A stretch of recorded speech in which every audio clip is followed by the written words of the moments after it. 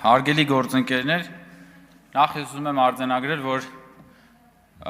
հայ հեղափոխական դաշնակցությունը շատ մի հատ օգտակար գործ արեց, բայց ակամա։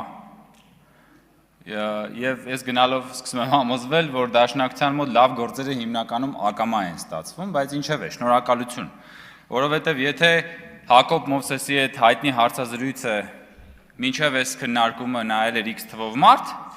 ապա այս քննարկումը վստահաբար կդառնա մեր այս գումարման խորհրդարանի ամենահետաքրքիր քննարկումներից մեկը, որը ժամանակ առ ժամանակ մարդիկ կվերանայեն եւ դաշնակցության այն բանը հիմնական կարմիր թելով անցնող գաղափարը, որ այ հիմա մենք դաշնակցության դեմ ենք պայքարում, անդադ հնչում են այդ դաշնակցությունը փակելու մասին նախկին պատմությունը ժողովուրդ, մենք ձեզ չենք փակելու, չերազեք, մենք ձեզ բացելու ենք, և մենք ձեզ բացել ենք, ու ձեր պրոբլեմը հենց դա է,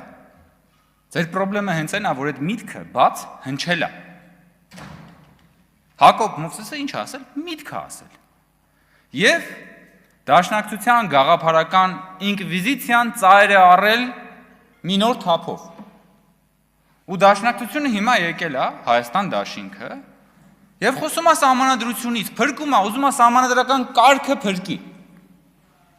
Բայց ես ախր զգում եմ, որ ինչ-որ կեղծ, երեսպաշտ բան կա այս քննարկումների մեջ։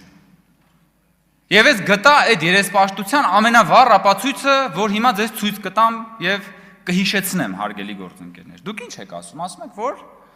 ՀՌՀ անդամ Հակոբ Հակոբյանը պիտի լինի քաղաքականապես զուսպ և նա խախտել է քաղաքական զսպվածությունը։ Ասել է թե, որ դուք ասում եք հստակ, որ ՀՌՀ անդամը պետք է լինի քաղաքականապես զուսպ։ Շատ լավ։ Բա եթե այդպես էր, Հայաստան խմբակցությունը ո՞նց էր առաջադրում ՀՌՀ անդամի պաշտոնին Ռուբիկ Հակոբյանի թեկնածությունը որոշ ժամանակ առաջ։ Դուք Ռուբիկ Հակոբյանի քաղաքական զսպվածության հատկապես որ կողմով էիք գայթակղվել, սիրելի դաշնակցականներ, որ Ռուբիկ Հակոբյանի ինտելեկտուալ որ բարեմասնությունն էր ձեզ հատկապես գայթակղել, որ դուք նրան առաջադրում էիք որպես ՀՌՀ անդամի ապագա պաշտոնյա և դուք պատրաստվում էիք ընտրել, չէ նրան։ Եվ դուք Ռուբիկ Հակոբյանին հոպատահաբար չէիք առաջադրել, դուք առաջադրել էիք նրան, որովհետև նա Ռուբիկ Հակոբյանն է, ով քաղաքացիական պայմանագրի մասին ասում է այնպիսի բաներ, որ Հակոբ Մովսեսը երբեք չի կարող ասել որևէ մեկի մասին, որևէ կուսակցության մասին։ Սա է ձեր երեսպաշտության ամենավառ ապացույցը, հարգելի գործընկերներ։ Գնացեք մի հատ ձեր նախկին թեկնածուի մասին բան արեք, խոսեք։ Կամ որ ասում եք Հակոբ Մովսեսի արտահայտությունից դաշնակցությունը վիրավորվել է։ Զարմանում եմ, դաշնակցությունը հիմնականում վիրավորում է, ընդ որում ոչ միայն գաղափարապես։ Կամ եթե դուք քաղաքական կուսակցություն եք և մասնակցում եք երկրի քաղաքական հասարակական կյանքին, ձեզ համարում եք որպես 100-ամյա կուսակցություն, ձեր վերաբերյալ տրված ինտելեկտուալ գնահատականից խեք է ձեզ վիրավորվում։ Կուսակցություն եք, չէ, ապրող կուսակցություն եք, որը պետք է ունենա նաև ինքնահայեցում։ Իմ մոտ տպավորություն է երբեմն ձեր խոսքից, դուք մտածում եք, որ դաշնակցությունը, ասենք, խաչքար է։ Խաչքար է, պետք է ասենք միջնադարյան խաչքար է դաշնակցությունը, պետք է հանկարծ չկպնես, թե չէ կնգնիկը կոտրվի։ Եթե տենց եք մտածում, որ խաչքար է, տարեք դրեք թանգարանում, արխիվացրեք, ոնց որ ասեց մեր գործընկերը։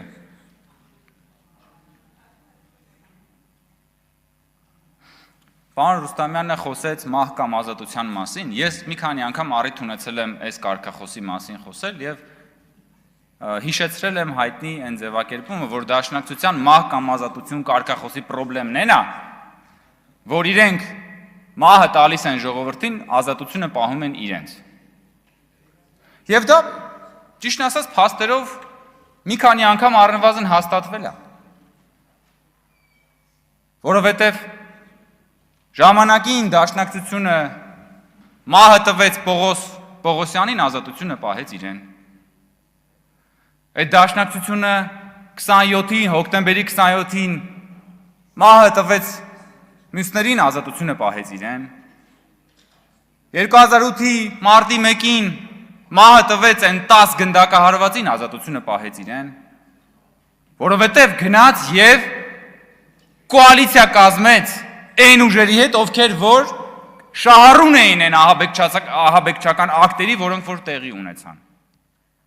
Հիմա դուք եկել եք ասում եք մահ կամ ազատություն։ Ինքնիշխան պետության մեջ մահ կամ ազատության ձգտումը ինչին է միտված, կարող եք մի հատ բացատրել։ Կամ որ դուք անընդհատ ձգտում եք ազատագրվել։ Երբ որ դու չունես պետություն եւ ուզում ես ազատագրվել դեսպոտիզմից, դա ինչ որտեղ հասկանալի է։ Երբ որ դու ունես ինքնիշխան պետություն, դու ինչից ես ուզում ազատագրվել։ Եվ մի հատ էլ մահ կամ ազատությունը շարունակում ես համարել քո կարգախոսը։ Ինչից։ Ոնց որ թե ձեր մոտ ազատագրական պայքարը հիմնականում հաջողվում է ողջախոհությունից։ Ոնց որ թե դուք հիմնականում ռացիոնալությունից եք ազատագրվել միջև այս պահը։ Եվ ամեն կերպ մենք ձեզ ուզում ենք նորից վերադարձնել ռացիոնալության գիրկը եւ պարոն Մովսեսի ասած այդ քաղաքական ադապտացիան ինձ թվում է դրա մասին է։ Դա նրա մասին չի, որ դուք կրավորաբար բան արվեք, ուծացվեք կոնյունկտուրաներին, դա նրա մասին է, որ դուք 21-րդ դարում լինեք 21-րդ դարի քաղաքական ուժ։ Հիմա դաշնակցությունը ինչ է, դաշնակցությունը հիմա ոնց որ գիտեք ինչ է, Pentium 1 է։ Ու հիմա ինքը ուզում է Pentium 1-ը տանի iPhone 17-ի վրա բան անի, այդ soft-ը ինստալ անի։ Չի աշխատելու ժողովուրդ ջան։ Ու հերիք չէ, ու ուզում է տա ժողովրդին, որ ժողովուրդն էլ օգտագործի այդ Pentium 1-ը iPhone-ի վրա, որ ասում է վերցրեք օգտագործեք ժողովուրդն, բնականաբար ոնց վերցնի այդ Pentium 1-ը օգտագործի։ Հələ դուք մնացեք Pentium 1 հասկացանք։ Բայց ժողովրդին կլինչ պարտադրեք դա։ Տիկին Կյուրեղյանը էլի մեզ մեղադրում էր բանի մեջ, ասում էր, որ խոսում էր տգիտությունից, և նաև խոսում էր թվաբանությունից, և ուզում էր ապացուցել, որ վարչապետը ինչ-որ թվեր է սխալ ասել։ Ամեն անգամ, երբ որ Տիկին Կյուրեղյանը խոսում է կրթությունից և հատկապես մաթեմատիկայից, ես հիշում եմ, որ Տիկին Կյուրեղյանը պնդում էր, որ Բագրատը մտավ Վանաձոր և անձրևը կտրվեց։ Եվ սա ուղղակի բնագիտության ավարտն է։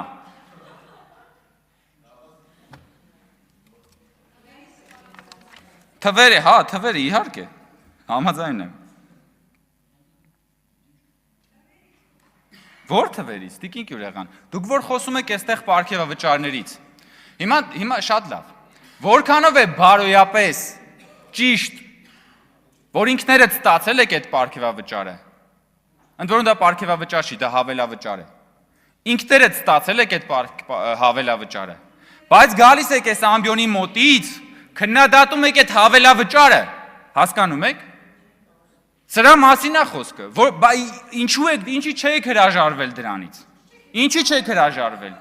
ինչու չեք հետ վերադարձնել պետական բյուջե այն հավելավճարը, որը որ դուք ստացել եք և քննադատում եք մեզ դրա համար և բոլորին դրա համար, ինչի եք տարել, սիրուն, ծախսել, ամեն ինչը արել, հիմա գալիս եք և երեսպաշտորեն, փորձում եք, հանրությանը ներկայացնել, թե դուք բան եք, այսպես բանով ժուշկալ կյանքով ապրող ընդդիմադիրներ եք, որ բան չեք արել, այդ հավելավճարը չեք ստացել, ստացել եք։ Եվ անարդարությունն նրա մեջ է, որ դուք դա ստացել եք, ձեզանից առնվազն մի մասը պարազիտանալով, որ չեք էլ աշխատել դրա համար։ Կամ որ ասենք այդ պարգևավճարից եք խոսում, էլի, ժողովուրդ ջան։